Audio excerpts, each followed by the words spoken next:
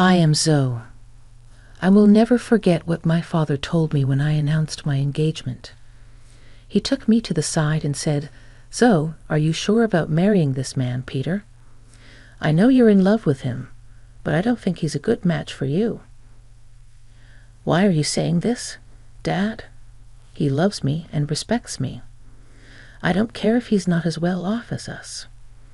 "I know that, Zoe. You know I built my riches from nothing.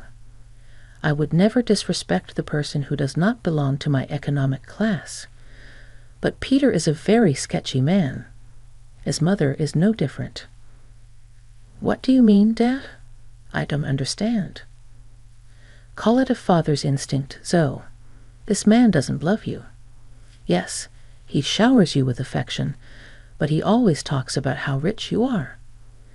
I heard him flexing to his friends that he bagged the rich brat. Julia just laughed with him and agreed. You must be mistaken, Dad. Peter would never say those things about me. Julia also loves me a lot. I'm sure she would scold Peter if he tried to joke like that. Sometimes I wish I had listened to my father. He did know what he was talking about. I was a stupid girl in love. My mother passed away 2 years before I got married. My dad was sick and wasn't long for this world. I was desperate to hold on to something that would give me the will to live. Peter and Julia became those people. My dad was a rich man. He made a series of good investments that made him very financially well off. I worked hard at my job and got a moderate salary as well. All in all, we were pretty comfortable in life. My husband Peter and his mom Julia weren't that well off. Yes, Peter did earn more than me, but he came from a very humble background. His field wasn't good enough to make him a millionaire. Peter did hold some resentment towards it. He and Julia liked sophisticated and expensive things. He often complained about not having enough money. I was always glad to help them out with the little allowance my dad gave me.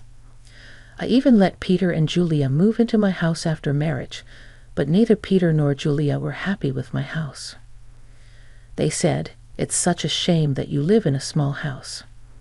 Your dad literally lives in a mansion. How come you bought such a small townhouse?" "I don't earn a lot, Peter. Dad lives in a mansion because he has lots of money. I'm a simple office employee earning a moderate salary. This house was difficult for me to buy as well. Dad helped me out with the down payment." "Well, if he helped you out, he should have got you a better place. I'm sure your mom had left him something to give you when you became older." "I'm not entitled to anything, Julia. Whatever my mom left behind is my dad's now. She died suddenly, so there was no will. I don't mind if I don't get anything. I'm happy with the way things are." "That's a ridiculous thing to say, Zoe. I sure would have loved to inherit a lot of money. You know what? Your dad should trade houses with us. He lives alone, so he doesn't need the space anyway. Right, Mom?" "Yeah, Peter's right, Zoe. You can ask." "Absolutely not. That house is my dad's, and he deserves to live comfortably as long as he is alive." "Well, he will be alive for a long time now that he's sick. We can wait and compromise for a few years and see what happens. Ultimately, everything will be yours after your dad dies. You will have plenty of money to buy a big house and more." The way Julia and Peter were already making plans to spend my inheritance was super disturbing. It also didn't help that they regularly asked me to ask my dad for more money. It's not like we were hurting for cash. Peter and Julia simply wanted the millionaire life, even if they weren't one. Honestly, I was getting tired of their behavior. However, the real drama happened after my father passed away. My dad's cancer took him away from me pretty soon. I was devastated but got little support from Peter or Julia. They were only concerned about the date of the will reading and didn't even help with the funeral. Hell, they refused to attend the funeral because my dad was no one to them. I was heartbroken and furious at that point. My dad's words kept coming back to me. I was getting suspicious of them and started to have doubts about their intentions. I was afraid that they were really after my inheritance money. They were not allowed to be in the reading of the will. Peter and Julia said, "Why the hell are we not allowed to read the will? This is ridiculous." Lawrence was my own father-in-law. Yes, this is ridiculous. We are family and should be present for this event. We have the right to know what Lawrence left in the will. At least my son should be allowed to be there. Your son is not in the will, Julia, so he cannot read the will. Why are you two so obsessed with inheritance? You didn't even come to the funeral. It was funny how my dad was suddenly family when it came to getting an inheritance. I was pretty annoyed at Julia and Peter. What was worse was that they started to hound me as soon as I got back from reading the will. They were not allowed to see the will. I had a hard time dealing with the grief of losing my father, but I got no words of support or sympathy from them. They simply wanted to know about my inheritance. Julia asked me, "So we have been wondering about something for a while now. How much inheritance did you receive from your parents? You must have got a lot of money. How much money did you get?" My parents unfortunately didn't leave me any money in my inheritance, so I received 0. What? You didn't get any money, but your parents were rich. They should have left you something. I don't believe that you didn't get any money. I'm sure you are lying to us, though.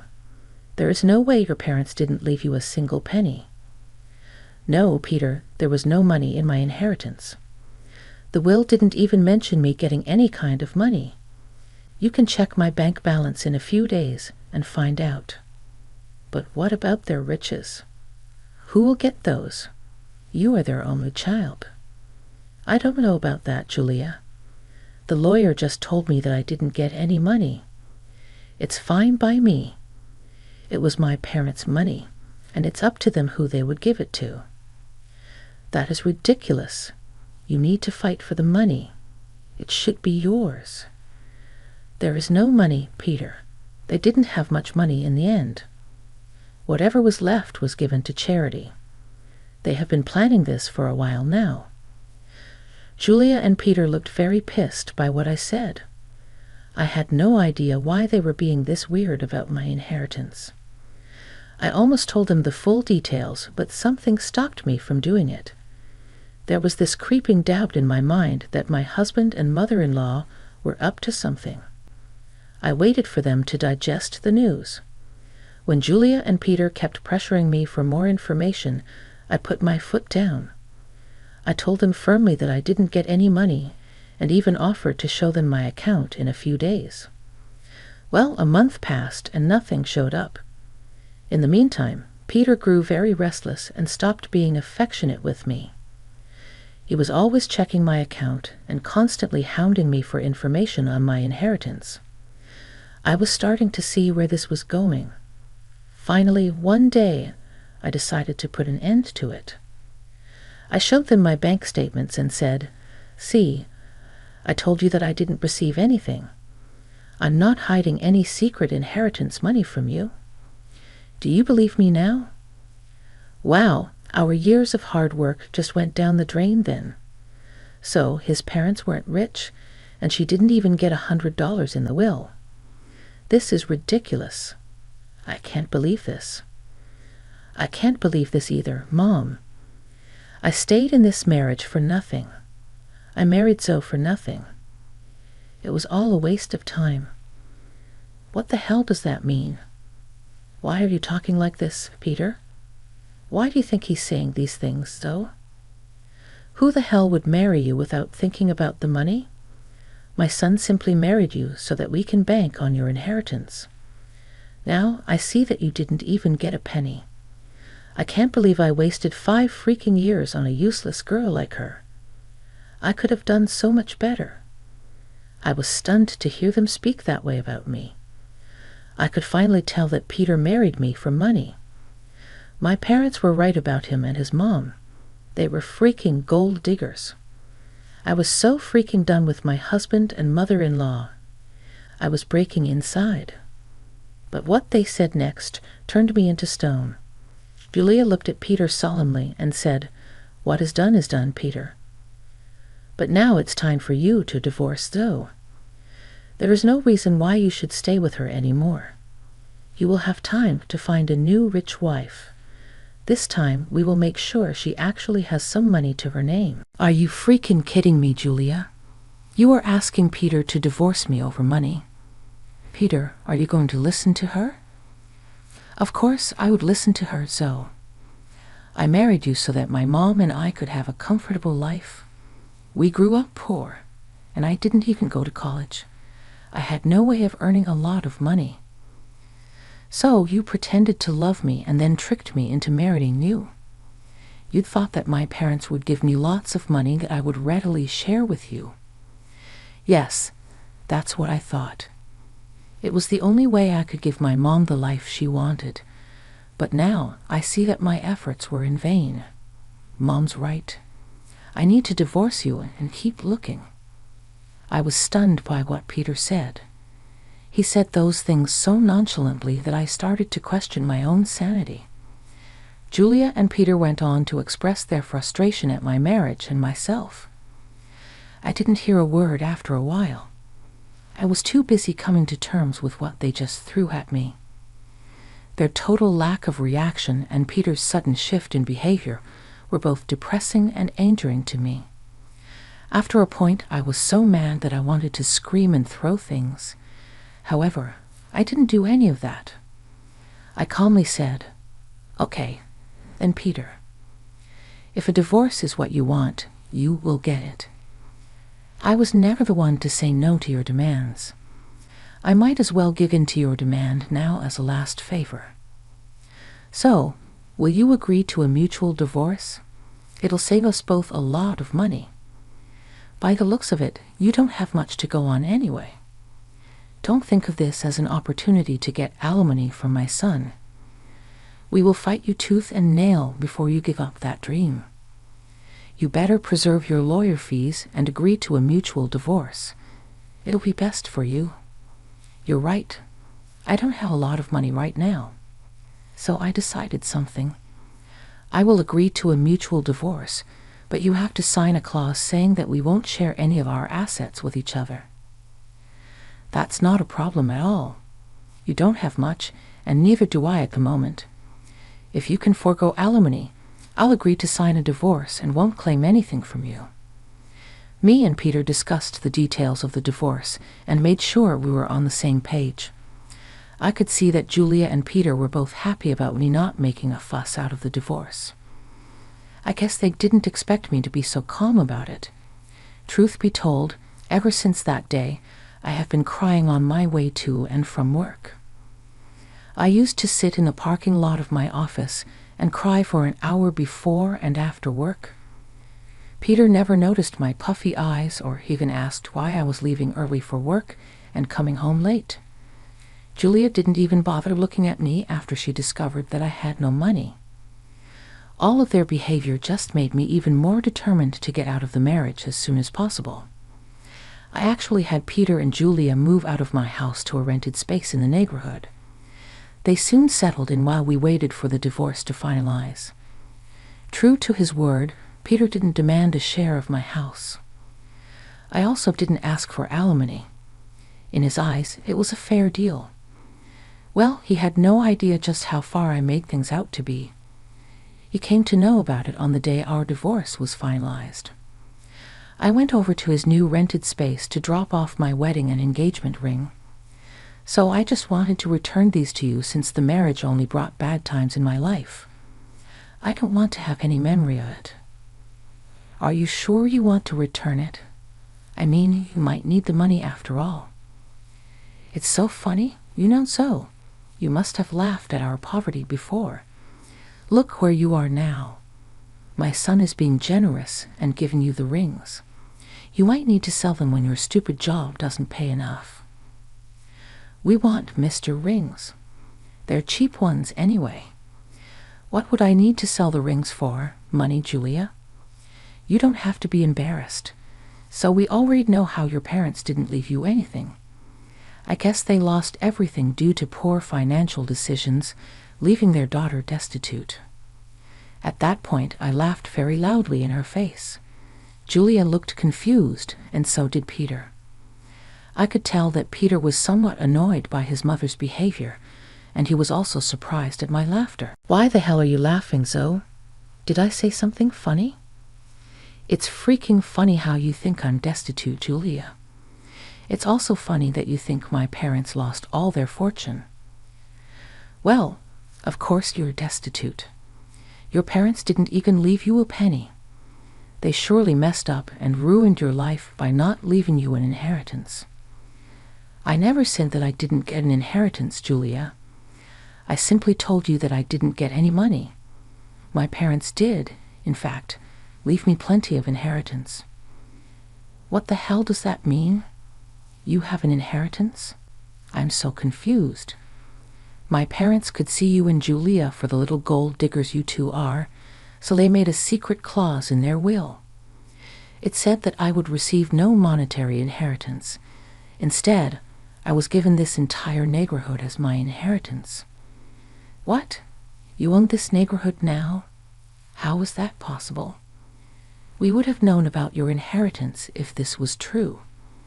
We even signed the lease with an estate manager who didn't tell us the name of the owner. My parents wanted me to wait for a year before I got my inheritance.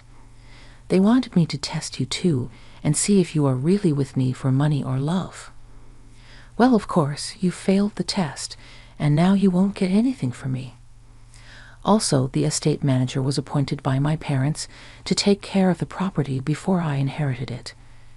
They were smart people, you know. That is impossible. I don't believe a word you're saying. You're just embarrassed because you don't have money anymore. Oh, really, Peter? Is that what you and your mother have concluded from this? Well, why don't you call your landlord and find out from him? Don't worry. We would do that. Then everyone will see just what a big liar you are.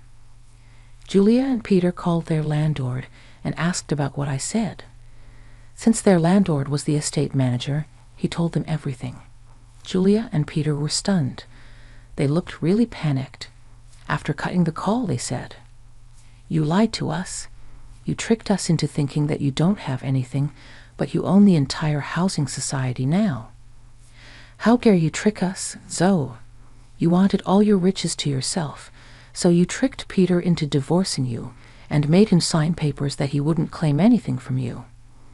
I laughed at their audacity to turn this one on me. It was finally dawning on them that they had messed up royally, and now it was time for some sweet karma. It's funny you accused me of tricking you too. Peter, you tricked me into marrying you by telling me that you love me. Julia, you helped your son in this plan, and you were the one to tell him to divorce me. If anyone here was being a scammer, it was you too. As for my inheritance, you asked me how much money I got, and I answered truthfully. This was all a misunderstanding. What happened is in the past. Why don't we just try again in the new light? We did spend 4 years together. It would be a shame to throw it away. So now you want me back in your life. Funny how you were desperate to start afresh with a new girl. I hear that you are already seeing someone rich. Don't worry, I'll inform her about what a snake you are. Peter and Julia started to beg me not to mess up this new relationship. Peter told me that since I wasn't ready to give him another chance, I shouldn't mess up his future. I told him to freak off. Also, I informed them that I will kick them out once the property is transferred to my name. They panicked at that and started to beg me even more. In the weeks that followed, Julia and Peter showed up at my house to beg me to forgive them. Peter and Julia already have an eviction on their record, so it is unlikely anyone would give them a rent. The only reason they were staying on my property was because I asked the estate manager to allow it. I also called Peter's new victim and told her everything. She was horrified by what Peter and Julia did and broke up with him instantly. She even showed me the texts. After this fiasco, Peter and Julia beat down my door, called me names. I promptly called the police and had them off my property. After I got my inheritance in my name, I kicked them out very swiftly. They didn't expect me to go through with the threat. They did show up on my property again, and the police were called. The cops gave them a stern warning, and I filed for a restraining order. Turns out the entire town knew about what happened. They were essentially disowned by friends and had to leave the city to start afresh. Meanwhile, I'm enjoying my new wealth and am finally free from gold-digging leeches.